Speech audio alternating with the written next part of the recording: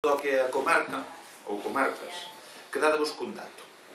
E o dato é o seguinte: o actual goberno da Diputación leva investido case 23 millóns de euros en investimentos municipalistas nas comarcas do Condado, Paradanta e Baixo Miño. Isto, xa digo, tendo en conta só os grandes plans provinciais. O máis provincia, o Plan de Infraestructuras Deportivas e o PON 2030 e as actuacións en infraestructuras de titularidade provincial. E isto, claro, se pode traducir en moitas actuacións, pero eu que quero é facer, e xa vos lo decía ao principio, que non quero darvos moitísimos datos, quero destacar unha actuación ou un proxecto en cada concello. Por lo tanto, vou a dar a continuidade aquí polo Condado.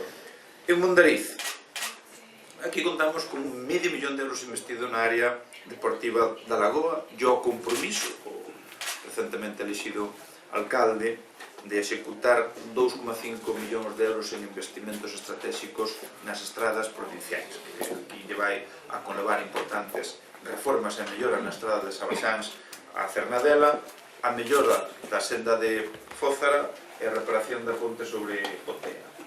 En Mondariz Balneario, aquí estamos a falar de 330.000 euros que se están a executar no acondicionamento da segunda planta da Casa Consistorial, que se vai a dedicar a aulas e actividades.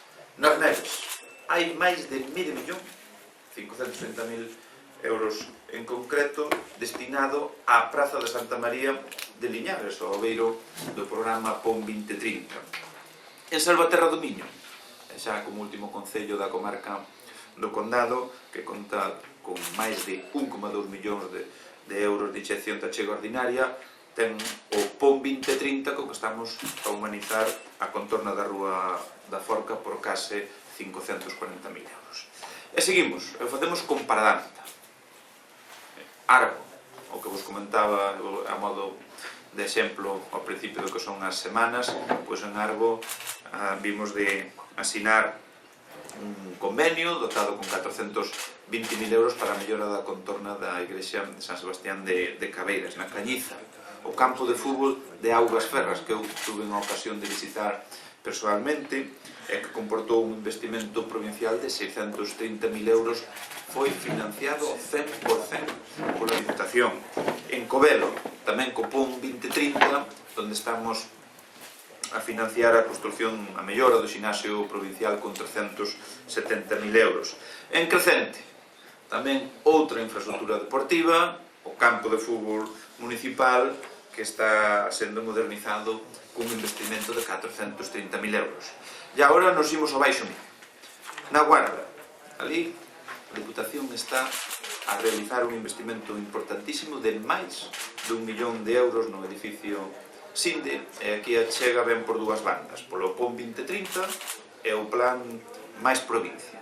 No Rosal, estamos detrás da adecuación do camiño de Marzán, por case 130.000 euros. En Tui, aí poñemos o 80% do orzamento para a transformación da que se conoce como a zona da Corredoira, e logo facemos unha achega do 20% para o entorno da Praza de Abastos. En Tomiño, destinamos nin máis nin menos que 1,3 millóns de euros para a rehabilitación enerxética da Casa da Cultura e 460.000 euros para a rede de saneamento de Carregal. En Oia, Praza de Abastos tamén, donde con 400.000 euros estamos a financiar a reforma, insisto, da Plaza de Abastos. E logo, como comentaba ao principio, técnicamente vamos a incluir o que é Salceda de Caselas, porque aquí estamos a mellorar as piscinas municipais grazas a unha chega de 130.000 euros da Diputación. E eu xa digo, quero resaltar e salientar que é só unha actuación por cada un destos concellos, pero en realidade hai moitas máis actuacións e que trascenden moito máis a cada obra, desde o ámbito cultural, dígase o apoio ao Festival ICFEN, desde o ámbito de benestar social ou en turismo, a través, por exemplo, do proxecto Trazas, que aquí en Pontareas hai un proxecto introducido neste outro proxecto da Diputación, a cooperación transfronteiriza, todos os encontros e reunións que manteño con alcaldes e alcaldesas públicas e privados que fan que se desbloqueen ou se poñan en marcha determinadas actuacións, xa digo, fora do que son as obras que antes vos viña de desgranar e as que vos entregaremos no dossier de xeito máis detallado. E si, somos unha institución colaboradora, e creo que damos boa fe delo, os feitos nos podemos remitir, pero tamén somos defensora dos intereses da provincia, e aquí en calquera de todos os seus territorios. Pero, como todas as administracións, hainas as que cumpren ou cumprimos e hainas as que non cumpren tanto.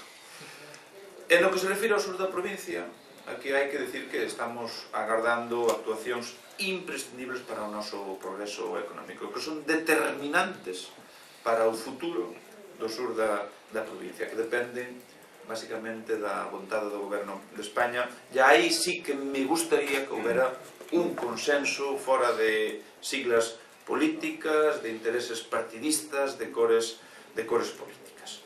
Consenso é o que pido. Pido consenso para reclamar ao goberno de España que priorice a conexión de alta velocidade Vigo-Oporto en vez de a de Lisboa-Madrid, que estamos nunha situación de que os nosos veciños e irmáns portugueses defenden mellor os intereses dos galegos que o propio goberno de España, ademais de axilizar a saída sur e a mellora a liña do Miño. Consenso para reclamar as bonificacións na AP9.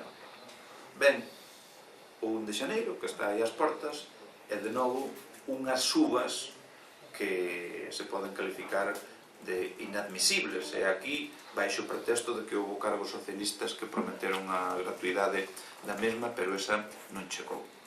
Consenso para solicitar o Estatuto do Traballador Transfronteirizo, que foi metido nun queixón no último Cumio Ibérico, ou para solicitar o dragado do río Miño, porque aí estamos perdendo oportunidades de índole pesqueiro e de índole turístico, por citar algunhas, a Nava o sabe ben, porque viviu en primeira persoa cando era responsable de turismo en Galicia. Aí leva os ferry sin circular bastantes anos, e para nós é clave, porque hai que pensar que é a porta de entrada da variante do camiño portugués pola costa, o segundo camiño xa a nivel de peregrinos de todo Galicia, por outros fluxos turísticos que podemos poñer ali en valor novos produtos turísticos que vai a realzar todavía máis, se cabe, a zona.